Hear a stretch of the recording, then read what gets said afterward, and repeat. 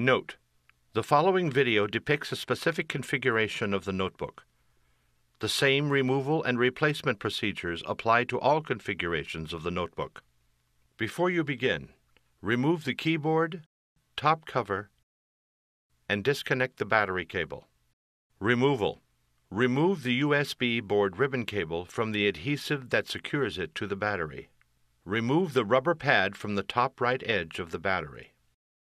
Remove the two 3mm P1 Phillips head screws that secure the battery to the base enclosure.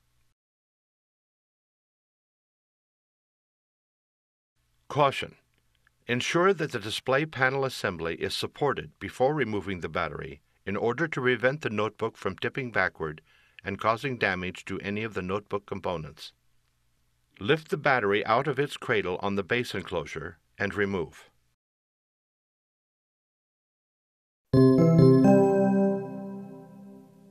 Replacement: place the battery into its cradle on the base enclosure. Caution: ensure that the USB board ribbon cable is free from being pinched between the battery and base enclosure.